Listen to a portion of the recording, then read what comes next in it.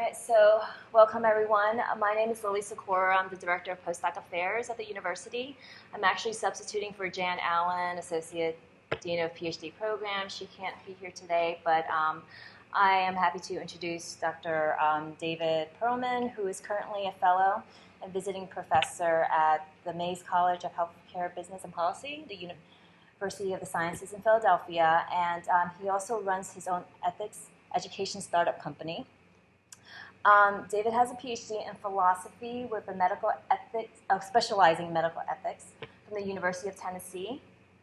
And today David will share with you his post-PhD journey from working from a large consulting firm, I believe PricewaterhouseCoopers, to working in the pharmaceutical sector. I believe that was GlaxoSmithKline you were working at, and to working in state government with New Jersey Department of Health, as well as teaching at UPenn and also at the University of Sciences in Philadelphia, and starting his own company. So he has a wealth of knowledge, and we're very happy to have him here today to talk to us. So I'll turn it over. Great, thank you. I did change the title a bit because I definitely wanted to take a look at all of the issues that were just mentioned, but I want to do them through the lens of research integrity because that's something that runs all the way through my entire career thus far.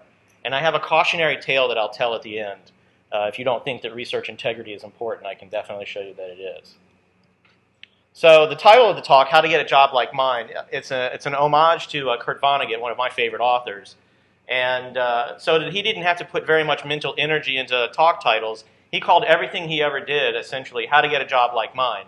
And then he would just get up and spout about whatever he wanted. And I'm neither as good nor as famous as Kurt, so I'll try to stick to the particular topic because I do want you to sort of understand that there are career possibilities outside of the academy that might interest you and what kind of things you might need to do to get those. So here are my 10 easy steps. So this is sort of the agenda, and I'm going to go through each of these. And I know some of you are in PhD programs and some of you are postdocs. So number one, you can call graduate/finish.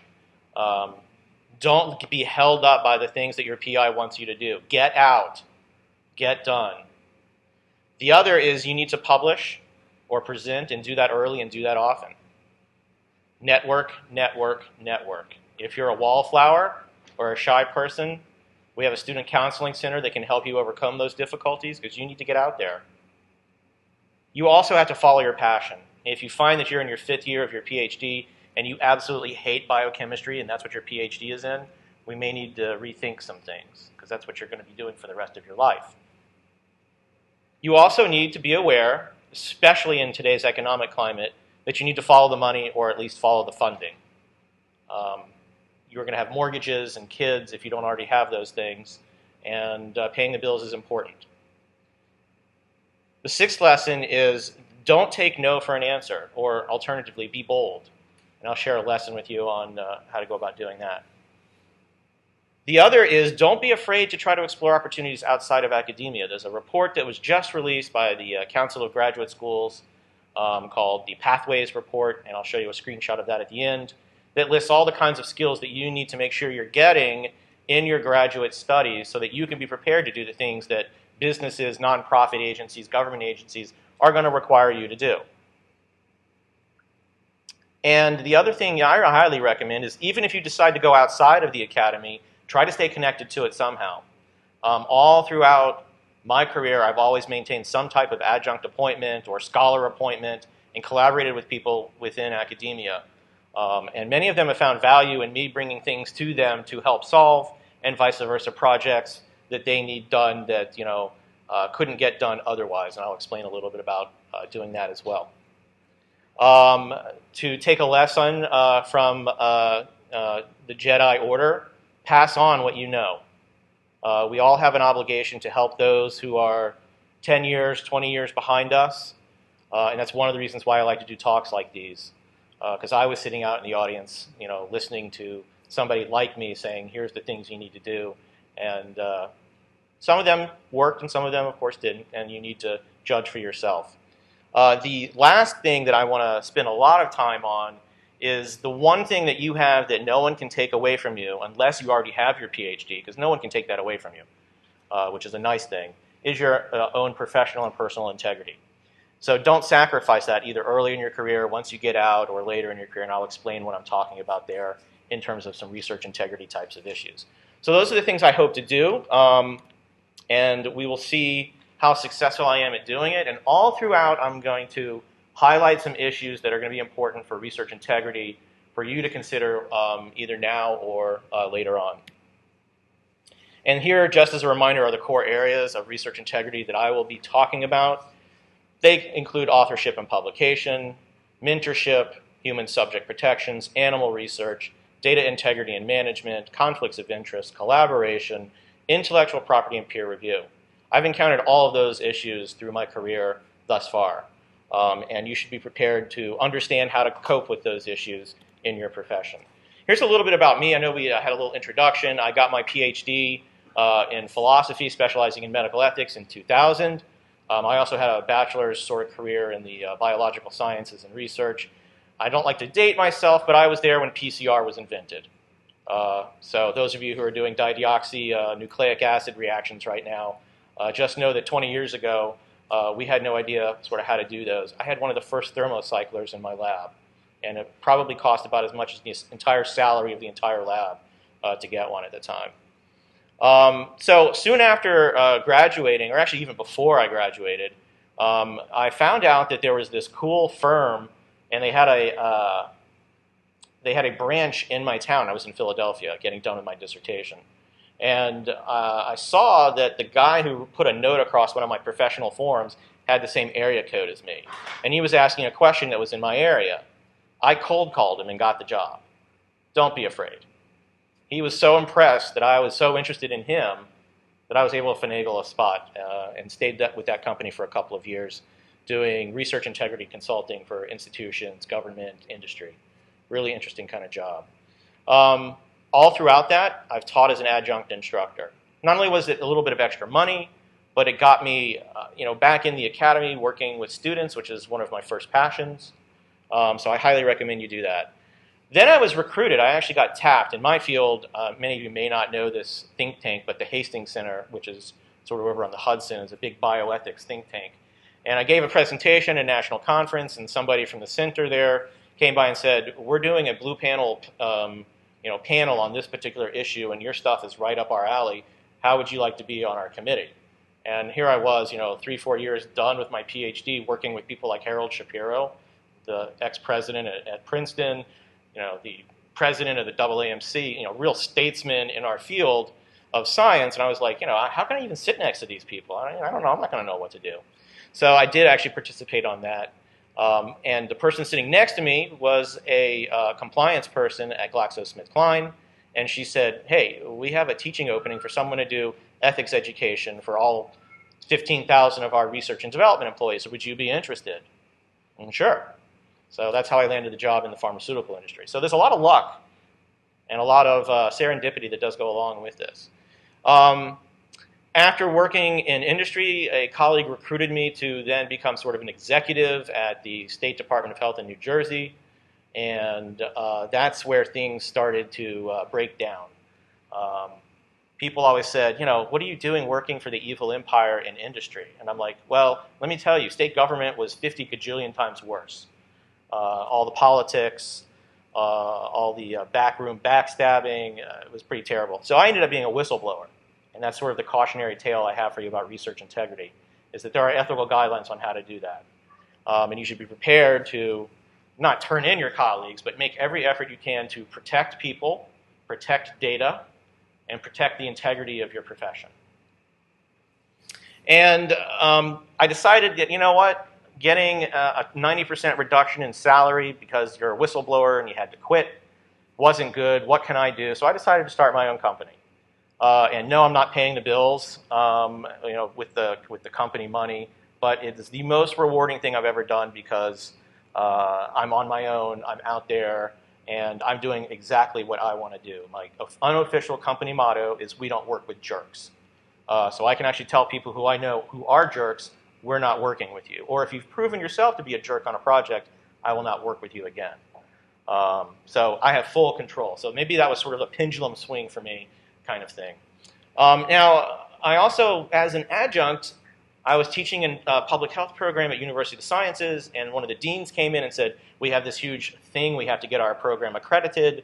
Can I see your syllabus? And she's like, oh, this is exactly the way I was hoping this was going to get taught. Other people have just taught, about stem cell research and stuff, and that's not really what we do in public health. So she said, I've got this pot of money. Do you want it? And I was like, yeah. So I actually came back as a visiting professor there, and I made my research agenda the very things that got me in trouble, so to speak, during my career. And I'll show you how you can turn and obviously it's so important that Yahoo wants to sync my contacts. I apologize. So, I don't know if you've been given this advice before, but for those of you who are still getting your PhDs, get done. It is not a sprint, it's a marathon. It's not about how intelligent you are, it's about how much you can persevere through all the hoops that have been set up to weed out people. Can you pass your qualifying exams? Can you write a dissertation? Can you get published in the field? But you do need to get out. Your projects are very exciting, but don't spend 10 years doing them. You need to get out, and then you can start working on those particular projects. Now, a couple of things I also want to advise you about. Having a big name as your doctoral dissertation director can be a huge career boost. However, if that person travels, speaks internationally, doesn't have a mobile device, doesn't ever answer your emails, that is not the person you want to be working with, because you're never going to hear back. So I actually asked someone who was a big name in my field, who happened to be at my university at the time, would you please, please, please supervise my dissertation? And I'm actually really glad he said no. And I don't know his reasoning. We did have some personality kind of issues, but I was hoping to overcome those. Because a year later, he decided to move to another institution. So I was like, so the person I picked to direct my dissertation was someone who was more low-key, but who was very responsive and very student-centric. What I didn't know is that he was also passive-aggressive. So you also need to be aware of who your personality you're dealing with. So I wrote this dissertation, and I was going chapter by chapter, getting excellent feedback. And I'm a humanities person, so it's a little different for those of you in the sciences. We don't do data in philosophy. So there it was like 10 chapters. I got excellent feedback on each chapter as I went along. He presented the entire set of chapters to the rest of the committee, and the committee was like, and rather than going to bat for me, he said, well, we've already scheduled your defense, we're going to have to cancel that. I had to write a whole new dissertation. And I will tell you, it's a much better dissertation, but you want to talk about post-traumatic dissertation disorder, that is what I had. I haven't touched my dissertation in about 10 years, and I finally cracked it open, and I was like, damn, this is good stuff. So, just be aware who you pick for your dissertation director and your committee can highly impact how well you move through the program, whether you get out at all. And I'm here to tell you that maybe sometimes big names are not as cool as they seem. When any of this stuff happens to you, you have to have the perseverance to pull through it all. And that is the one trait that if I had to say anyone who's getting a graduate degree needs, that's it. There are many people from my program who are still ABD. They're much brighter, much more intelligent, way better philosophers than I will ever be. But I have a PhD and a job. And they're still adjuncting for community colleges, trying to eke through, getting some kind of cobbled together career. Don't be one of those people. Some of the potential RCR issues that you will encounter are the following: authorship and publication. In your lab, does your PI or does your sort of dissertation director automatically get last authorship on all your papers? Why? What is that person doing for you? That's actually technically unethical. If they are not adding significant value to the publication, their name should not be on it. That's a potential RCR issue. Mentorship. You're supposed to be mentored. I have a friend who actually is staying with me right now who's a postdoctoral fellow. And he basically works crazy hours, and his mentor can only meet with him at the end of the day. And he comes home, disheveled, and all he has time to do is eat and basically go to sleep. So mentorship issues can impact how much you can get done during your dissertation or during your postdoc. So and if you're not finding that the mentorship relationship is good, you need to see what you can do about changing that. And I also recommend that you have a mentor outside of your relationship in your lab or your department, someone who's neutral that you can go to, who can give you impartial advice about how to handle situations. Try to do that. Intellectual property can also be an issue. Many of you may not know this, but any of the data that you generate will probably, quote, belong to the university. So if you try to take that data with you when you graduate, you're going to run into problems. You have to have data sharing agreements, and hopefully they're teaching you about how to do those appropriately. Collaboration can also be a huge issue. Do you have people on your team who really aren't pulling their fair share of the work? Do you have people who, your professors who never get back to you in a timely fashion? So collaboration can also be a particular issue with that. Publish or present often and early. I actually made an effort, no one advised me, but I knew I had to get out there. I had this really long, nasty master's thesis, and there was a special call for papers for like a third-tier journal that said, we want, this, that, and the other. So I sent them my master's thesis, and my professors were like, they're never going to publish that. In fact, they did. It's my first publication. And it was in a journal that was, they almost had to suture it together, but that's how small it was. But nevertheless, that was a peer-reviewed publication, and it still appears on my CV. Peer-reviewed is peer-reviewed. Doesn't matter. So for those of you who are shooting for Nature or for Cancer or for the major journal in your area, maybe that's not such a good idea. Maybe you need to knock it down a couple of tiers. Get your name out there. Do presentations at your national conferences. Many places have programs for our graduate students to waive fees, to get housing, scholarships to attend those things. Those are very, very important. And obviously, since we're talking about publishing, all the sets of RCR issues will happen there. Authorship, mentorship, intellectual property, peer review now comes up. Do you know how the peer review process actually works? Supposedly, these are supposed to be neutral people who are familiar with your work. Well, what they don't tell you sometimes is that they're giving them to your frenemy, the person who is in your competing sort of area. And they're like, well, maybe I don't want this to go to publication because we're working on this too. We'll say, revise. So there are all types of ethical issues inherent in the peer review process. Most journals now have a way for you to say, please don't allow X, Y, or Z to review my article. And if you happen to know that other people are working in that area and they may give you some negative criticism or withhold you from getting within the journal, you should tell them, please don't have X, Y, or Z review this manuscript. Give it to someone else.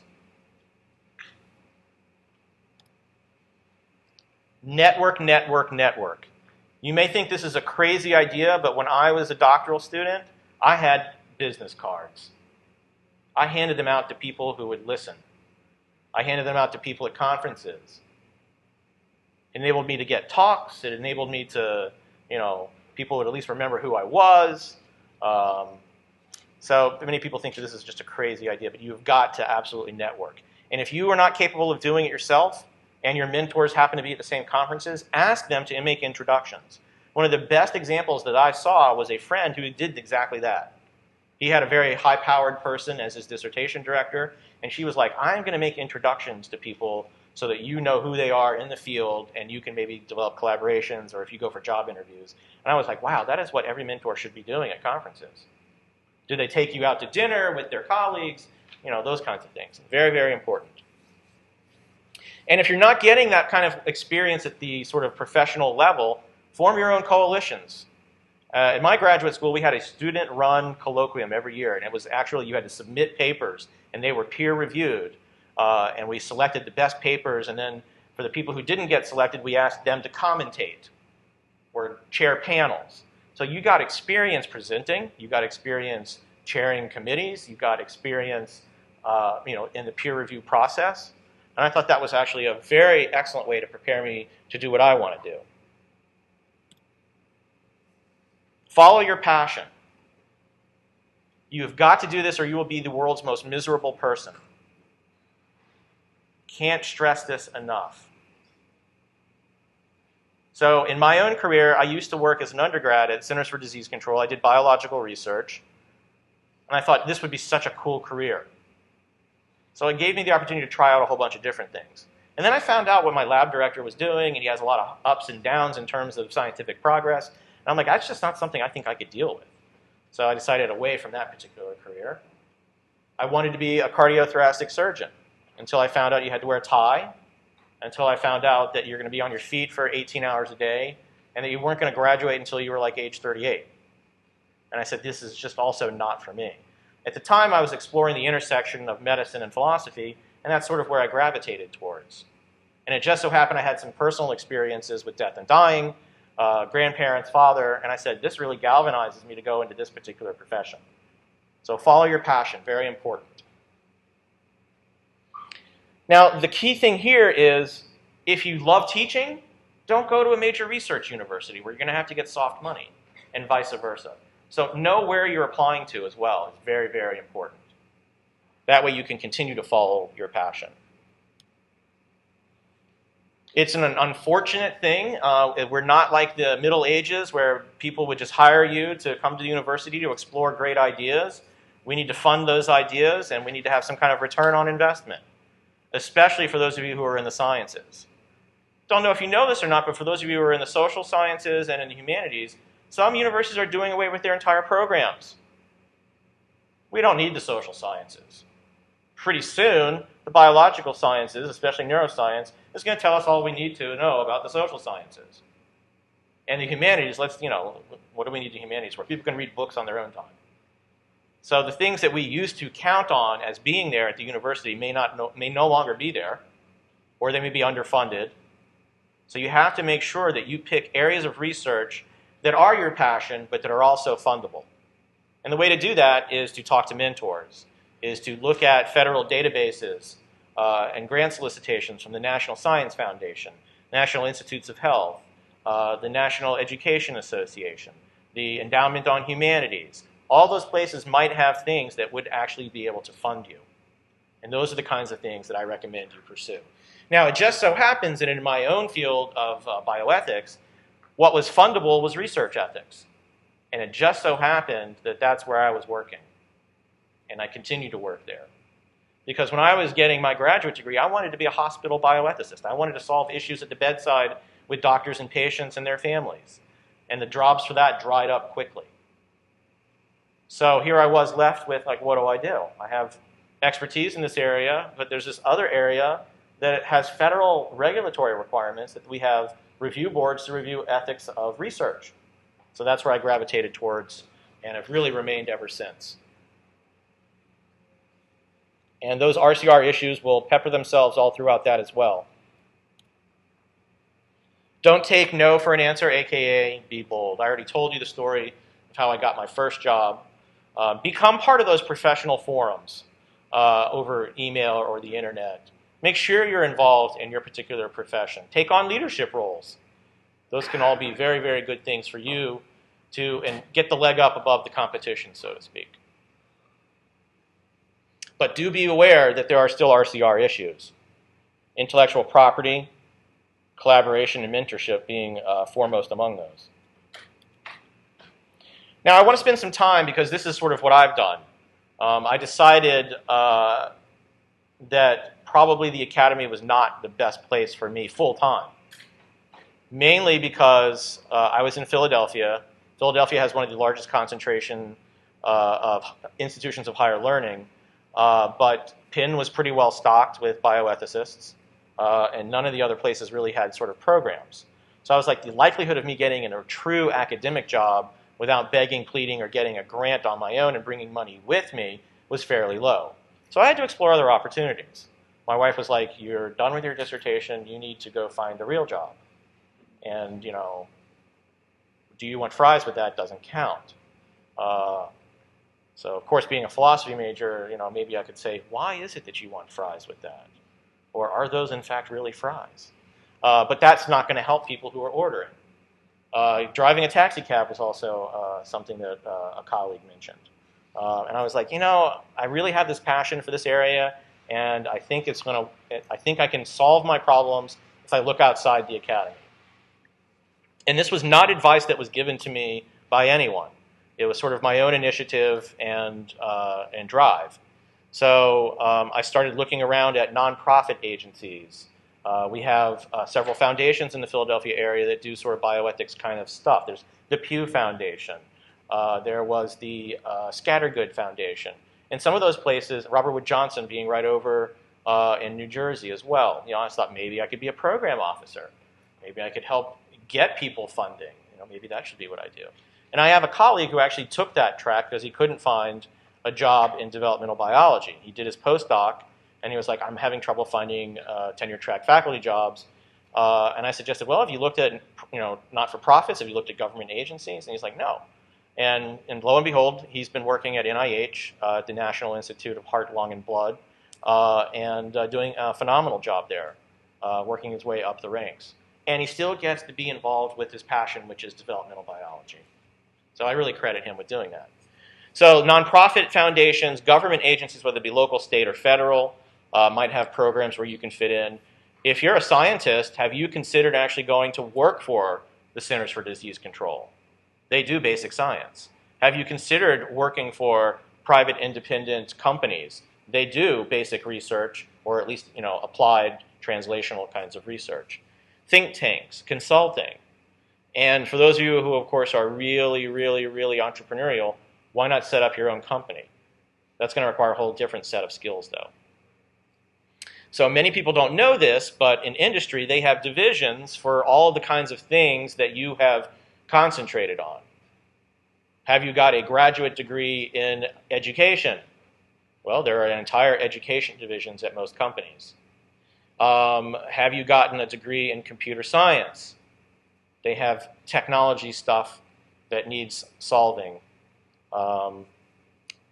Your basic research skills, your analytical skills, all of those come in handy when you want to go find a job.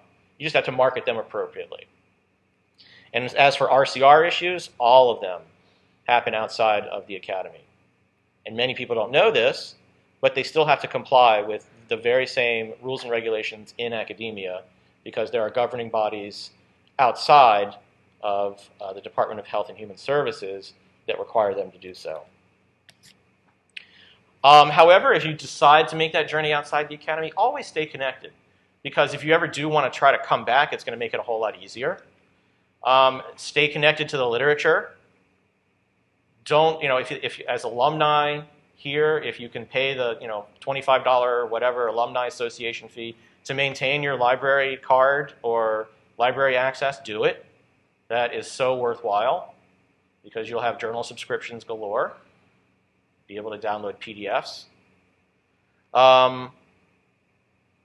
Try to take a job where the skill set is going to be similar. And collaborate with academic people. Once you're out there, perhaps there are problems that require an independent kind of research or thought, and you can have a fundable program for a colleague who's doing research in that area. When I worked at GlaxoSmithKline, frequently we would need people to tackle particular problems that we just weren't able to handle. We didn't have the equipment, didn't want to make a capital investment, and we knew that this researcher down the road was doing research there, so they would write a grant for that person and fund their research to do it.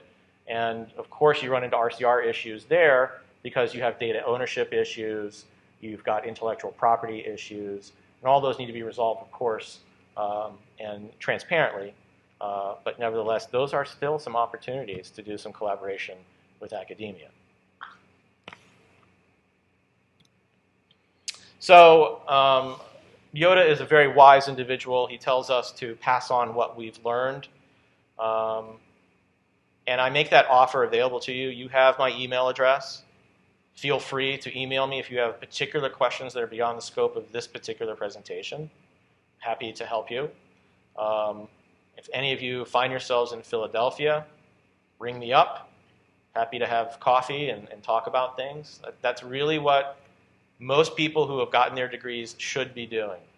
They should be mentoring the next crop and making sure they're trained up properly and that they don't run into the same mistakes that we have. And that's where I'd like to leave, with the lesson of never sell your professional or personal integrity. So you need to know the ins and outs of research integrity so that you will be able to cope with these things if they come up, if you already haven't run into them. So one of the things I mentioned is you might, in fact, need to be prepared to be a whistleblower. If you see things in your academic area or in your work that are not being done appropriately, and you have made every ethical effort to change them within the system, you've made every ethical effort to change them from the institutional level, there are guidelines for when it's okay to pick up the phone and call somebody outside of the institution to do an investigation. And that's something that I had to do because when I was in New Jersey, we were giving out people's data like it was candy. Rather than doing a proper epidemiological match, the cancer registry had about 200,000-300,000 bits of data on everything you wanted to know about people and their cancer diagnoses in the state. And we knew that they needed 0.002% of the data matched in order to do the study that they wanted to do. And rather than doing it properly, the cancer director was like, here's a CD-ROM, just can you take this and go do it? I don't have time to deal with this. So people's, let's see, 300,950 people's additional information was out there on a CD-ROM. You guys have seen the news. CD-ROMs can get stolen, laptops can get stolen, people can hack the data, all those kinds of things. So I was seeing things that I was troubled by. And so I went to the people, because I was actually the person in charge of all this. Went to the people and said, look, you need to quit doing this. It's inappropriate, it's unethical, it's exposing people to unnecessary risk. Thank God we weren't killing people. It was just their data that was being released. But nevertheless, that's still bad. And the attitude there was, well, this is the way we've always done it. We haven't had any problems. And I'm like, well, that's not good enough. There are certain standards that we have to meet. You're putting our entire federal dollars on the line because a state institution, Department of Health, receives a lot of money from CDC and other institutions to do public health projects. So if we're not doing things appropriately according to the rules and regulations, then we could have our contract with the government yanked. And so hundreds of thousands, if not millions of dollars, and important projects in public health and important services that need to be delivered to people could come to a halt. And on my watch, I was like, no, that's not going to happen. Not because you don't want to spend the extra hour or two to properly match up data. So I was fortunate in one respect, but unfortunate in another.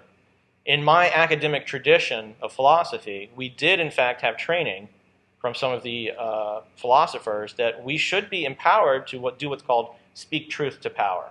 And this comes directly from Friedrich Nietzsche, a German philosopher. And some of my colleagues took it up and said, we need to go farther. We need to be advisors to people about ethical issues, but we also need to be empowered that if they don't listen to our advice and heinous things are happening, that we have alternative methods. The unfortunate thing is that there was no codified code of ethics for bioethicists.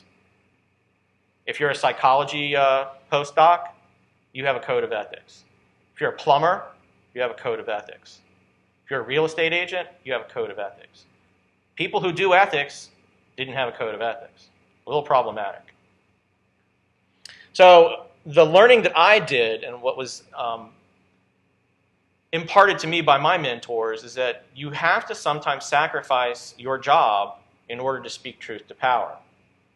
And I was like, really? That's what I have to do? So this one guy, this Canadian bioethicist said, you need to keep a quit letter in your desk in case someone comes along and asks you to do something that is totally unethical. So when I first got hired on the job at New Jersey, it was the change of administration.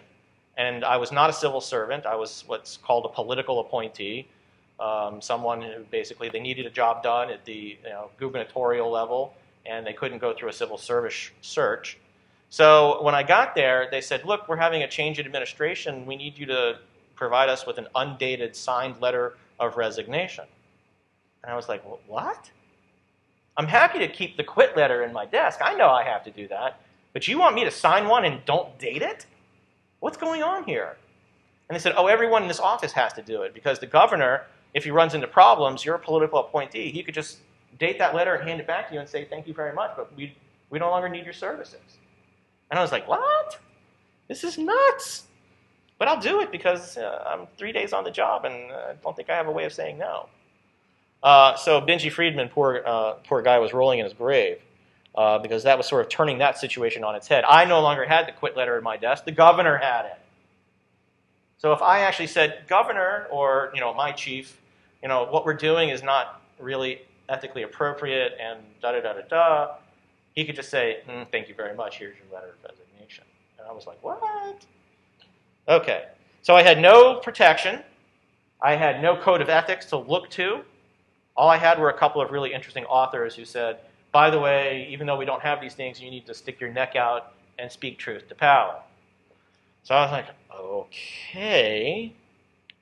Fortunately, I'd had some really good skill building. I was a trained mediator, something else I got in my graduate career that was sort of off the beaten track. So I really tried to use those skills in trust building and communication and really relying hard on those things to get people. My motto was, let's do it right, but still, be able to do it. Let's get to yes is essentially was my idea. And they were like, well, we want the yes, but we really don't want to take the steps that we need to get there. You need to say in your memos that it's okay for people to sit in oncology clinics right when people are getting diagnosed with their cancer and ask them if they want to participate in a research study. And we were like, well, wait, there's a better way to do this. They're very vulnerable at that point. Why don't we allow them some time to process their diagnosis, and we can send them out letters or contact them via phone several weeks later. Oh, no, we can't do that because they might say no. Yeah, that's the whole idea. When the census comes out, can't we tag along this interesting research? So the census person's coming, and it's a legal requirement for you to fill out the census. And they say, well, by the way, we'd also like you to take this survey. Has highly sophisticated and sensitive data about your sexual practices. Really? How about if we have someone come maybe after the census person comes, like a day later or an hour later, and tell them this is not part of the census? Well, because they might say no. Doing science and doing good science, you have to allow people to be able to say, no, I'm not going to participate. We live in that kind of society. So I was finding that my skill building and trust building was not working. And the reason why is because it assumes that both parties are acting in good faith. I did not have that experience. My job was threatened. I was asked to change a subordinate's evaluation after I had signed it so that he wouldn't get a promotion. Found out that he went to look at his personnel file, and all of my evaluations from the past 2 years never made it there. I'm like, what is going on here? We're not talking about life and death issues. So I started to have significant professional and personal moral distress. I would come home, I would be the person, I'd look in the mirror and say, I do not like you, or I'm beginning not to like you. So I started noticing some changes in my own personal identity. And I said, I've got to do something to change this. They're going to ask me to do something so illegal that it's just starting to erode me. And my wife even noticed it. So I decided that I was going to do something. So what I did is, after a really bad week where we were trying to figure out, there's excellent data around the 49 states about needle exchange programs. They work. They're fantastic. They don't, in fact, cause more people to use drugs, and it prevents the spread of several communicable diseases. But New Jersey still wanted us to have a demonstration program rather than fund a full program, to which I responded, that's ridiculous. Look at the science. We don't care about the science. So I was like, yeah, this just is not working anymore. People have sort of gone off the handle. So I sat down and I wrote an anonymous complaint to myself. This sounds strange. Dear Dr. Perlman, I am writing to you anonymously to let you know that your boss, in fact, is doing the following unethical things and jeopardizing all of the money we receive and putting people at risk. Taped it up, slid it under my door, went home. Came back the next morning. Lo and behold, someone left me a letter. And oh my gosh, it's terrible. To tell you how really effed up things were, the boss who I mentioned in this letter was our ethics officer. Yeah. So I had to go and take the letter to her. She was immediately supposed to turn around and send it to our state ethics commission for investigation. She buried it. She took one look at the letter and said, who wrote this? And I was like, it's anonymous. There's no way to figure it out. This was just left under my door. I lied. I admit it now. But I had no protection. I didn't have a code of ethics. I didn't have job security. There was nothing I could do. And I thought this was the only way I could try to still legitimately change things and keep some personal integrity. So I said, okay, she's not taking it to the State Ethics Commission where it's supposed to be investigated. They're an independent outside of the Department of Health. They're supposed to investigate these things. So I waited a couple of hours, was chewed out by the chief of staff about that they'll handle it. And then I said, you know what, I'm going to take this letter over to the State Ethics Commission. It's right down the road. I'll go out and have a nice long lunch, quote unquote, and take the letter over. They had required me to sign in at the, in order to go up the elevator. And I was like, I need to file an anonymous complaint. But I'm sorry, sir, you have to sign in. I should have signed in as like, Joe Schmo or something. Nevertheless, I go upstairs, I talk to an investigator, I tell him, here's this letter. By the way, I wrote it. I feel I need to tell you that. And I want this to be an anonymous complaint, but I'm still telling you that I wrote it, and here's the reasons why. And he's like, we will investigate this. This is a serious matter. Fortunately, I had vacation scheduled. It was on a Friday that I decided to do all this. So I was out. I was down in Jacksonville, Florida, trying to relax. I get a phone call from somebody in the know, and they say, yeah, the State Ethics Commission called your boss and said you came by with a letter. And I was like, okay. So I no longer have any confidence in the state-level ethics committee. I'm out of here. So I wrote a 9-page letter of resignation, signed it, and said, this is it, I'm done. So I had to become a formal whistleblower. The conditions were so untenable that I had to resign. I could no longer be there. Why do I tell this tale? A, it's cautionary. You should realize, first of all, never sell your own integrity short. You can always get another job. If you start looking in the mirror and don't like the person you are, other people are going to suffer. Your children, your spouses, your significant others. It is not worth it. Yes, I had a 6-figure salary. Yes, I had a 90% income shortfall. Did I recover? Oh, you bet. Because I made success my mission. I did a lot of reflective writing and public speaking on the topic. That always helps. Extricating myself from that situation, I became such a more pleasant person. And I integrate the lesson within my own teaching and research. And let me show you how I've done that. My current research projects, which are going to be funded, now focus on making sure that processes at all 50 states and 6 territories of our nation follow the right proper processes for research integrity. Because I was not the only example. I called around to colleagues and they're like, yeah, Pennsylvania, we don't know what we're doing here. So a lot of people's data is probably out there that shouldn't be. And the institutional review boards that are in charge of these states are not doing a good job. So my mission now is to create a consolidated national, independent, not-for-profit public health ethics board. I've published on it. Not too shabby. Several peer-reviewed publications in top-tier journals about my experiences. I alerted my own professional society, and they published an article. Done tons of presentations on the topic.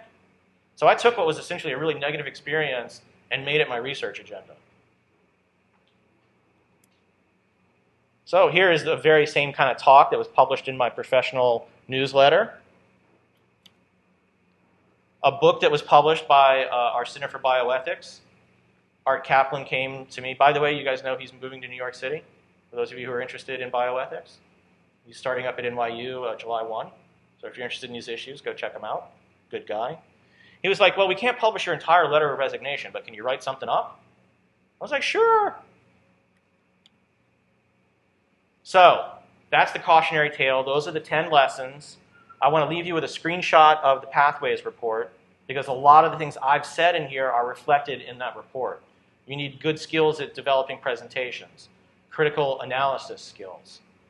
You need an understanding of how businesses work, how nonprofits work. All that stuff is in there probably much more eloquently than I can say.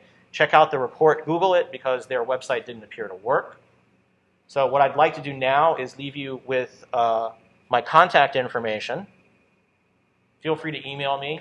I will be throwing this particular talk up onto my open source website. I have two different websites, one that's sort of commercial and one that does sort of more open source grant funded projects. And I'll be putting it up there.